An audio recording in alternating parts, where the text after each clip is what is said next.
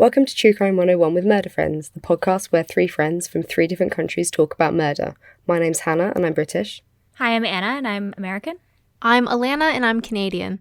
In addition to our longer episodes, True Crime 101 talks you through key true crime cases and theories. As a bit of a disclaimer, I've been really unwell, so I sound a bit gravelly and a bit gross. Sorry, I almost just said I was Canadian. I forgot. I meant to put time off and I don't even, who am I? I have to really think about it when I do it because it's like when you get put on the spot, you're like, oh my God, what is my name and where am I from? Yeah, and exactly. I think also because it's in the wrong order. Yeah. As well. It's just funny. So this week, I want to talk about, or have you heard about, the Macdonald Triad? No. I think you probably have. But that's the name of it. Oh, I think I do know. I think I do know what it is, but not lots about it. Actually, I do, I think so. Yeah. Cool. As always, my sources came from a paper by Parfit and Alain, Psychology Today and Wikipedia. Full links are on our website, so do go and check that out, murderfriends.com. So I'm going to take you back to 1963, the swinging 60s. Psychiatrist J.M. Macdonald has a paper, The Threat to Kill, published in the American Journal of Psychiatry. This paper proposes that three factors, or a combination of any two of these factors, present in children or the childhood, could predict that that person could develop tendencies that were violent or predatory behaviour. So this includes, but not limited to, homicidal tendencies and or sexually predatory behaviour. So he argued that if you did two or three of these things as a kid, you're more likely to commit violent or predatory crimes as an adult. So the triad is sometimes called the triad of sociopathy or the homicidal triad, and it highlights three key behaviours: cruelty to animals, fire setting or an obsession with fire setting, and persistent bedwetting. Ringing any bells? Yes, now I know. Yeah, it took me a minute, but then I don't know a lot about it or the history of it, but yeah, I remember, they talk about those sort of key things in a lot of the different true crime stuff, but I didn't realize that was from the 60s. Yeah. Oh, dang. That's problematic in itself, but we'll get into that in a minute. Oh, God. So Macdonald's study on this triad involved taking data from 48 psychotic patients and 52 non-psychotic patients, all of whom had threatened to kill someone. The participants were roughly equal in terms of male and female, and the ages ranged from 11 to 83. So I'll talk about the study a bit more later, but I wanted to highlight that his theory did come from a study. And it wasn't just a theory that he just pulled out of the air. So I thought it'd be helpful if we go through each of the factors of the triad in turn. So the first one is cruelty to animals. And there are a number of theories as to why animal abuse in childhood occurs. But realistically, there's not one overriding factor. Some believe it's a coping mechanism to vent frustration against those they cannot harm. So let's say a child is excessively humiliated by a primary caregiver, and they can't retaliate against that person. So they'd seek something that's vulnerable or weak to exert control over or harm, like an animal. A 2003 piece of research by McClellan noted that out of 45 violent male inmates that were part of this study, 56% of them admitted to animal cruelty in their childhood. Further, those who did undertake acts of abuse against animal were more often the victims of parental abuse than those who didn't. Oh, God, that's sad. Yeah. So Alan Brantley, an FBI special agent, believed that killing animals is sometimes a rehearsal for killing humans. And other studies show that those who went on to kill humans used the same methods for killing both their human and animal victims. God. Never thought about it that way before. I know, it's such a bummer for the new year, but I'm really sorry. If anything, happy 2020. Yeah, I thought, I know that animal cruelty is a thing, but I thought it was more simple than that. I thought it's more broad than that. That's what I meant. But actually, that they think it's actually correlated to how they might hurt their future victims as well. Yeah, I was reading quite a lot about it. This is kind of the abridged version, but there's a lot more research into it, which is interesting. So we'll move on to fire setting. According to Singer and Hensley's 2004 paper, fire setting or arson is often considered to be one of the first things children do to release aggression. Again, like the first point we made about cruelty to animals, is often a coping mechanism for being humiliated. It's all about control. It's really strange.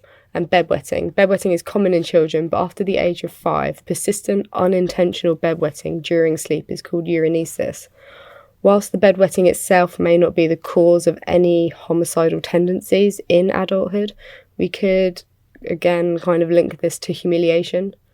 So here's a child who's potentially being humiliated as a result of something they have absolutely no control over. So there's clearly been great interest in these topics, and as a result, there's been a number of studies on certain aspects of those factors.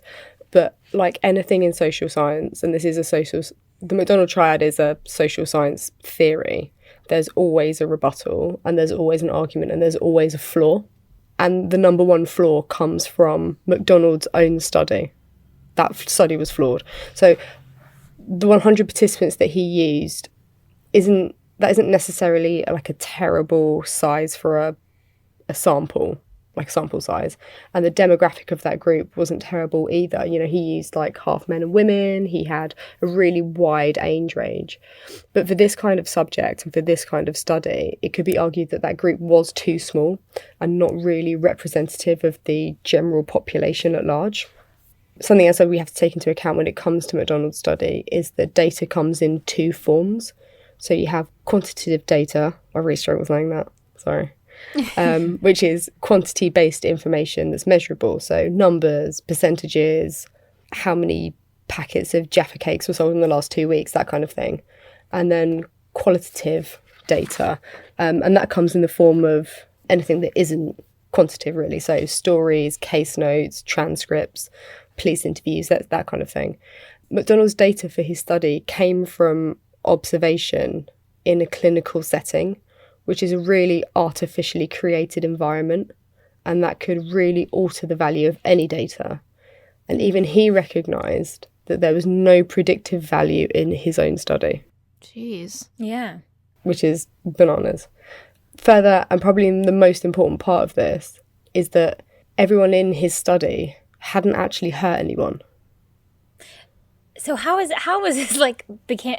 I don't really get it it's now. Social science, and you can social science is really weird in that you can kind of argue anything, right? As long as you can make an argument about anything.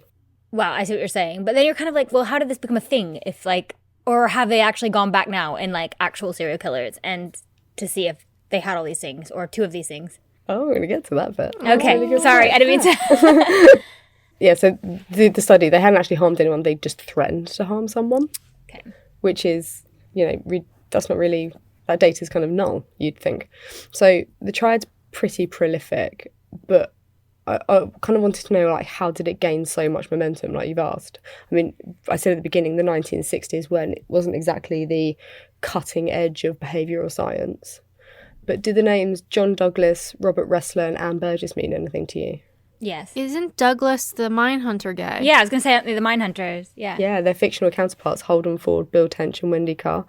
They claimed substantial evidence to support the Macdonald theory, the Macdonald Triad and Macdonald in their work profiling serial killers as part of the FBI's Behavioural Science Unit for Psychological Profiling. We know those characters from Mindhunter, which was obviously based on a series of real events. We reviewed season 2 of Mindhunter in episode 5. Yeah, episode 5. So that's one of the main reasons why it became so prolific and it gained so much momentum, because these quite like big players in behavioural science at that time said, oh, it's true, and we've got all this evidence, from profiling all these serial killers. So he was onto something originally. Yeah. There is something there. Yeah. Yeah, but the 1960s, as I said, it wasn't like behavioural science was kind of brand new. And so it's not that they were wrong in taking leads from Macdonald. It's just that realistically, after a lot more research, it's not really true. Really? So despite evidence to the contrary and flaws in Macdonald's own initial study, it didn't stop teams of psychiatrists a couple of years later testing this theory on other offenders. So there was one study where they had 84 offenders who were at the time imprisoned. 53 of them were not aggressive, yet 31 were considered to be aggressive. Out of the violent offenders, it was noted that 3/4 of them had 1 or 2 of the factors of the triad, and 45% of those 31 had all 3.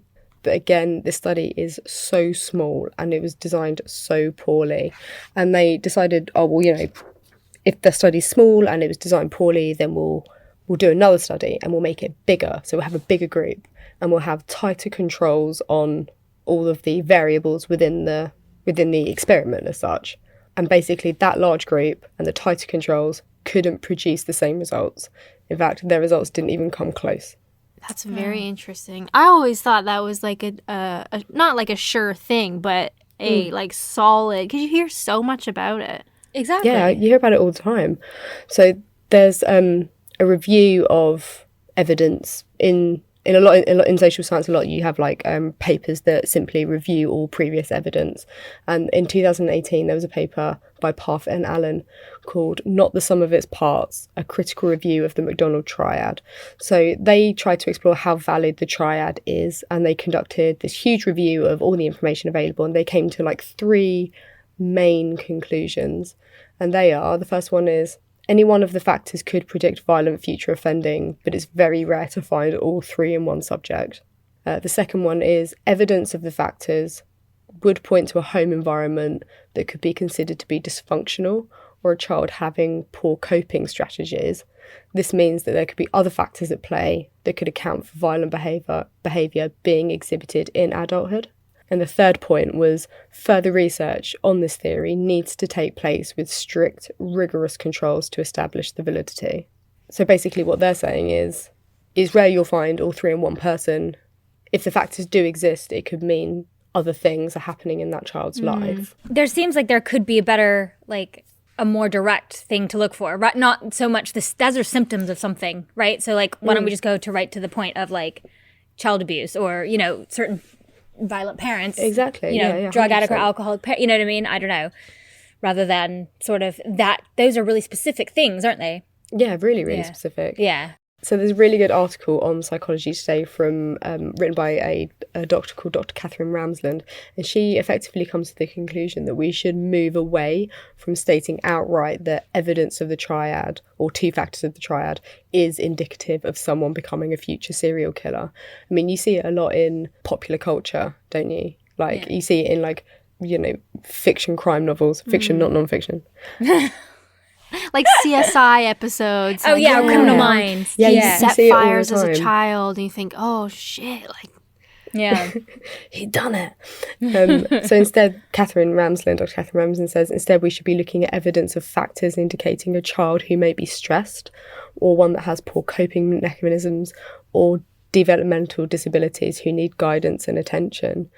Wikipedia also says, not that you should put all your faith in Wikipedia, but it argues that childhood experience of parental neglect, brutality or abuse are more likely to affect whether someone's more violent in adulthood than the factors associated within this triad, effectively. Yeah. So it looks to me like, after researching, that the behaviours that are described in the triad are mechanisms for coping with a less than stable home life. Agreed. I mean, but that's pretty, like, common sense. Obviously, if you have a dysfunctional childhood, chances are you may not be a perfectly functioning adult. It's pretty, like, simple, which we all kind of already know.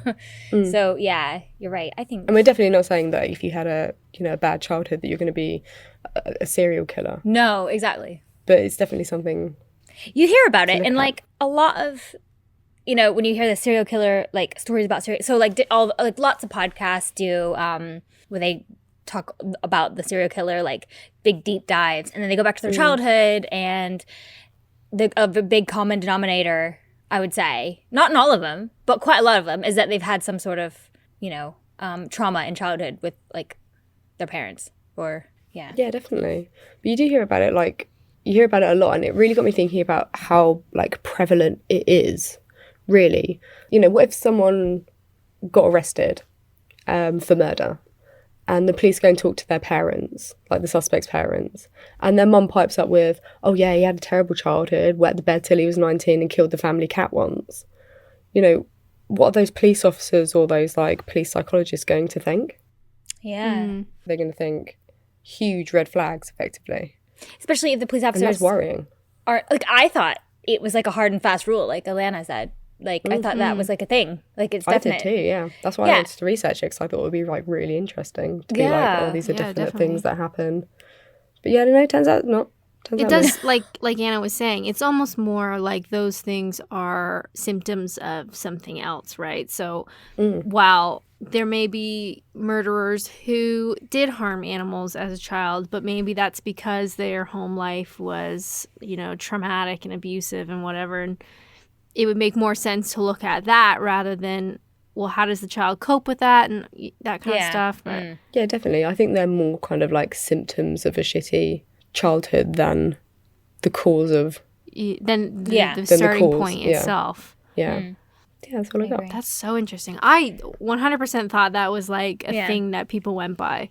Yeah, I thought it was like a gospel thing. Well done, because I really didn't know that much about it. No, I was like, I thought, oh, I'll research it, because it popped up on something, and it sounded really interesting. And then as I was reading like more and more about it, I was like, oh shit, this isn't right. But, you know, could be wrong. Social science, there's always an argument. Yeah. Well, I think that's all we have for today. If you want to get in contact, you can visit our website at murderfriends.com. Send us an email if you have any good ideas for True Crime 101 that you want to know about. murderfriendspod@gmail.com. Follow us on Instagram, murderfriendspod. Twitter is murderfriendspd. And also, we're on YouTube, and you can follow us there. Subscribe to our channel, and we do release monthly videos, as well as you can get our podcast feed on the YouTube as well. All right, thanks. See you next time. Bye.